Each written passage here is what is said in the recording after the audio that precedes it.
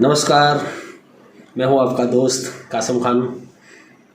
मंजिल को पा ही लेते हैं जो मेहनत करते हैं, पत्ता तक नहीं उखाड़ सकते जो घर पर बैठे रहते हैं।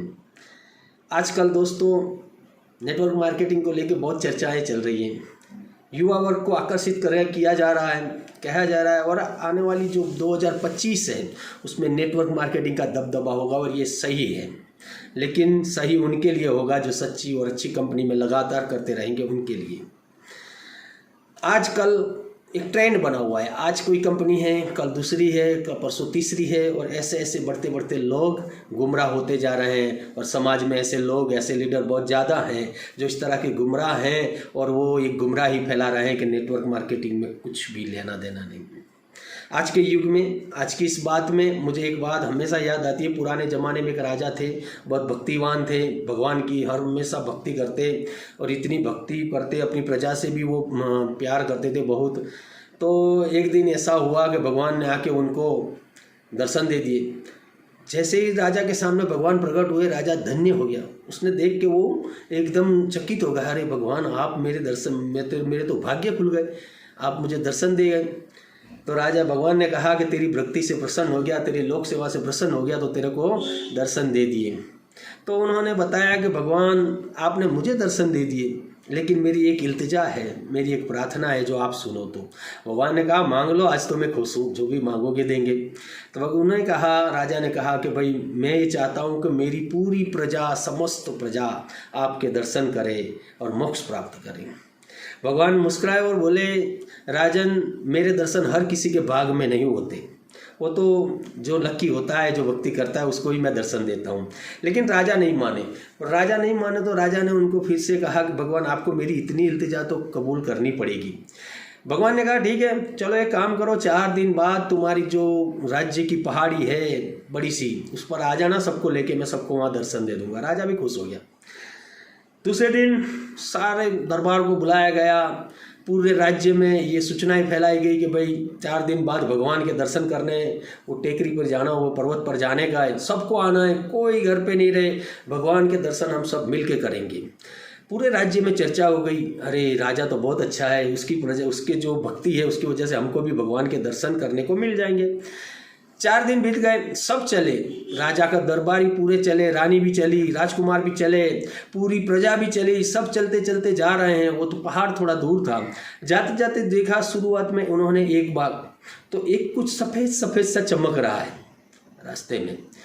जैसे रास्ते में पहुंचे, सफ़ेद सा कुछ चमक रहा है, उसको देखते ही प्रजा के अंदर एक बातचीत है, ये क्या है, हमने तो आज से पहले कभी देखा ही नहीं, आखिर है क्या।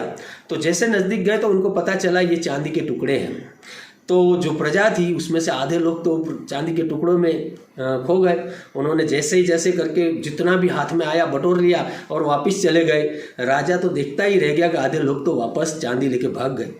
जो बचे थे उनके साथ राजा फिर आगे चले, धीरे धीरे वो आगे चले। तो थोड़ी देर के बाद क्या होता है कि एक जगह पे पीला पीला पदार्थ कुछ चमक रहे हैं।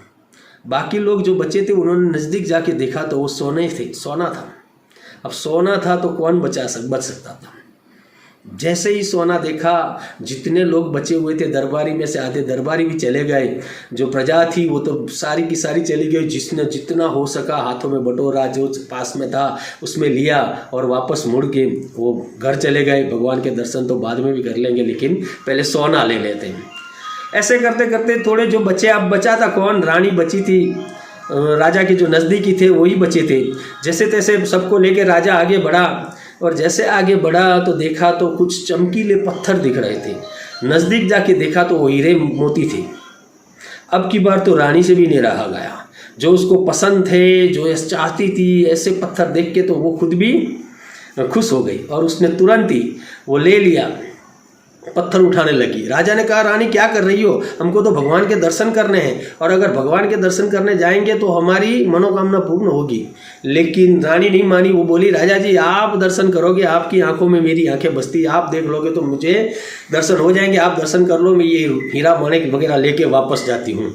जब मुड़ गए सब लेके, रानी को देखा तो जो बचे कुचे लोग थे वो भी, उन्होंने भी वहाँ से जो भी हीरा माणिक थे वो लेके भाग गए, वापस हो गए। अब बचा सिर्फ राजा अकेला। धीरे धीरे वो पहाड़ी पर गया, भगवान वहाँ वराह देख रहे थे। भगवान उसको देख के हंसने लगे। तो राजा बोला, भगवान क्या हंस रहे हो, सबको साथ लेके आया था, कोई नहीं बचा, मैं अकेला ही आपके दर्शन तक पहुंच पाया। तो भगवान ने कहा, जो रचा था वो मेरी माया थी, सबके लिए मेरे दर्शन होते नहीं। जो मैंने तुमको बताया था कि मैं तुम्ही को दर्शन दूंगा तो तुम्ही को ही मिलेंगे, बाकी जो लोग हैं वो मोह माया में फंसे हुए हैं, वो मेरे दर्शन कर सकते नहीं हैं। इसलिए कहा जाता है नेटवर्क मार्केटिंग में, जैसे ही आप सही कंपनी को चुन के आगे चलोगे, जैसे ही सही रास्ते पर अपलाइन आपको आगे ले जाने के लिए कोशिश करेगी, तो इससे जो बीच में जो बाधाएं हैं, जो लालच के हैं, जो केबिन छाप कंपनियां हैं ऐसी, वो बताएंगी पेपर में आपको करोड़पति बना देगी, पेपर में आपको लाखों रुपए दे देंगे, कार दे देंगे, बंगला दे देंगे। इसके झांसे में आके 90% लोग फंस जाते हैं और फिर वो पूरी गली गली में चिल्लाते हैं, नेटवर्क मार्केटिंग में कुछ नहीं रखा, नेटवर्क मार्केटिंग में कुछ नहीं रखा। बस ऐसे फेलियर लीडरों से बचना है, अपने आप को बचना, सही कंपनी चुने, सही कंपनी में नेटवर्क मार्केटिंग में लगातार करें, सफलता आपके कदम चूमेगी। Thank you. जय आसिया।